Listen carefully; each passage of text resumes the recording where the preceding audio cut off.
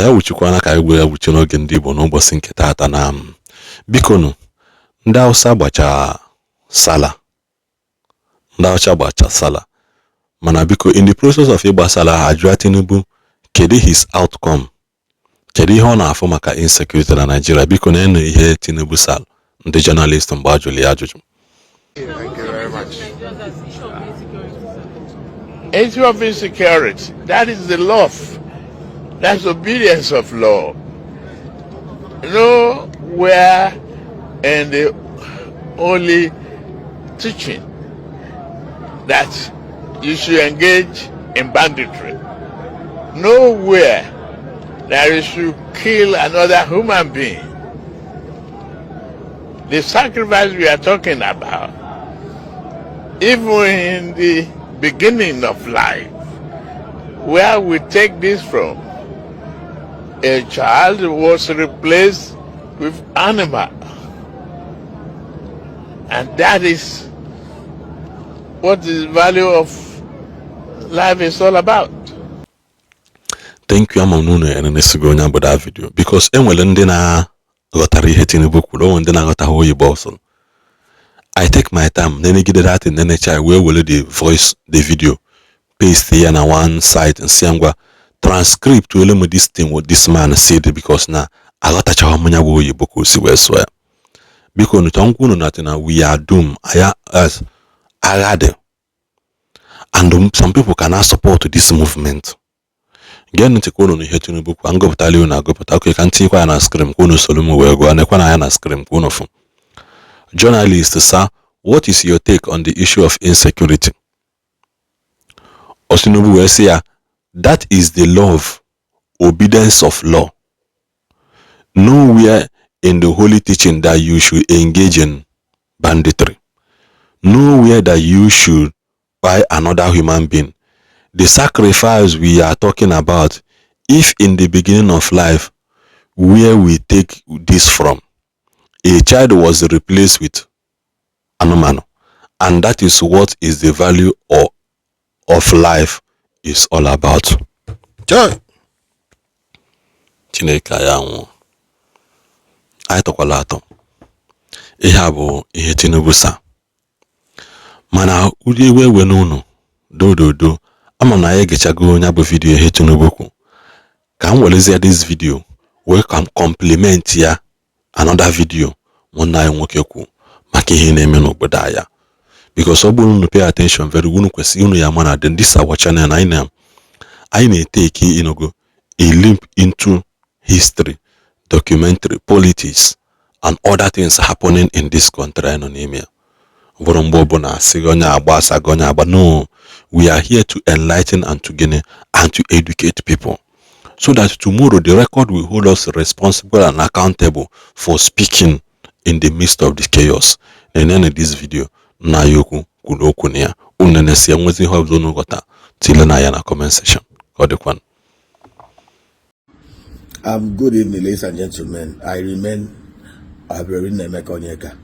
It's only a factory-fitted moron, an irredeemable and calcified dumb person that will convince you that a man who saved over $150 million, not saving, invested over $150 million in Eurobond and other high-yielding FX instruments, and who saved a total of 75 billion naira for his state at a time other governors were looting their states dry, siphoning monies to buy properties all over the world, that the man committed an offense. You know, when I hear morons, capital social media nuisance like Dejade Anju and Co. say, oh, P2B invested, saved Anambra's money in a bank, it has interest. You see, this is how dumb most of them are. Governor Alex Oti came out openly to state clearly that he was the one, as the MD CEO of Diamond Bank, that advised P2B and helped him to structure the investment of Anambra's $150 million in euro bond instruments. P2B saved money with Access Bank, Diamond Bank, and Fidelity Bank. Access Bank is owned by late Herbert Wiwe and Ike Mokwede. We all know that. Diamond Bank belongs to Nda Pascal Dozien, God bless his soul, and his family. They are the main shareholder. So how somebody could conclude that P2B invested Anambra's money? Fidelity Bank, P2B is not even a 50% shareholder in Fidelity Bank. P2B shareholder in Fidelity Bank is actually less than 30%. So P2B investor cannot be claimed. Nobody can claim that P2B owns Fidelity Bank. But these dumb, calcified morons, they go on social media, they go on podcasts. You know, it's so shameful that when they go to podcasts like Nedu Wazobia, some of them are dumb. They can't even ask the right questions. They just use P2B to trend. That's how foolish and stupid most of them are. Diamond Bank does not belong to P2B. Fidelity Bank does not belong to P2B. Access Bank does not belong to P2B. That is where he invested Anambra's money. And the governor of Taraba State, Dario Kishako, said it clearly that Willie Obiano told him that the money he used to build the Anambra airport was the savings that P2B made. Who other governors were looting it? Now let us even interrogate the issue of SAB Miller. P2B invested Anambra's stake. And for most of you who are not aware, as the head of project finance in one of the top 5 deposit money banks in Nigeria, that project was, I was privy to when SAB Miller wanted to come to Nigeria. That project was supposed to be settled in Asaba. Those guys were playing projects. P2B flew to South Africa, structured the transaction, gave them land, did massive road infrastructure to that land, provided them with enabling environment for them, SAB Miller, for them to establish that brewery there. SAB Miller is not owned by P2B. It's not owned by P2B. You know, they will tell you, oh, P2B invested Anambra's money in a company he owns. SAB Miller is not. Next Group is not even P2B's company. It's his family business company. And Next Group only owns 10% of SAB Miller's SPV in Nigeria. SAB Miller has investment in the Southwest. How SAB Miller became P2B's family business? SAB Miller is the second biggest brewer in the whole world. In Africa, how SAB Miller became Anambra, a P2B's family business, is what these morons have failed to explain to the morons they've been able to convince that P2B invested Anambra State's money in his family business. Anambra government P2B does not own SAB Miller. P2B does not own IBL. But these morons are able to convince their fellow morons. And they keep on, all of them, they keep on parroting this nonsense. And idiots like them believe it. I have no apologies using qualifying word that best describes these classified idiots. And you know the very funny thing, that company is the highest employer of labor in Anambra State. That company is one of the top 5 taxpayers in Anambra State. That company has catalyzed direct job of over 1,000 and indirect job of over 10,000 in Anambra State.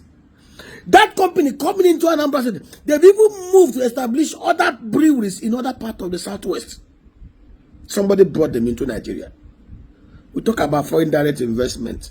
We talk about foreign diaspora remittances.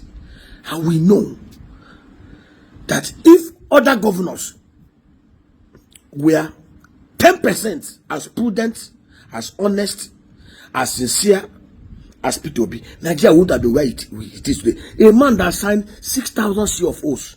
He did not sign anyone for himself, for Margaret, his wife, for his son and daughter, and for any of his family members. You cannot trust any single CFO or property in Oka or nature that P2B signed for himself and his friends and cronies. Somebody who allegedly stole 10 billion naira of his state, the White Lion. The EFCC recovered $800,000 that he paid to a school, paying school fees. He still has gotten APC ticket to go to Senate. And most of the bandits in the Senate and House of Rep are looters who are under investigation by EFCC. The same cash activists, the same morons who are always looking for how to gaslight and destroy. Anyway, I'm not surprised. They destroy one of the few shining lights. I'm not surprised. 2,000 years ago, thousands of morons gathered, and Pontius Pilate placed Jesus Christ, the righteous one, before them, and placed Barabbas, the condemned criminal, the rapist, the thief. And the majority of them said, release Barabbas, give us Barabbas, the criminal, and condemn a man who did not do anything to them. So, 2,000 years ago, it happened. 2,000 years after, we still have morons who will prefer Barabbas to the righteous one. Share this. Let it get to those morons that is so shameful and shameful that anybody you see sharing this kind of nonsense is a classified idiot that needs redemption. God bless you.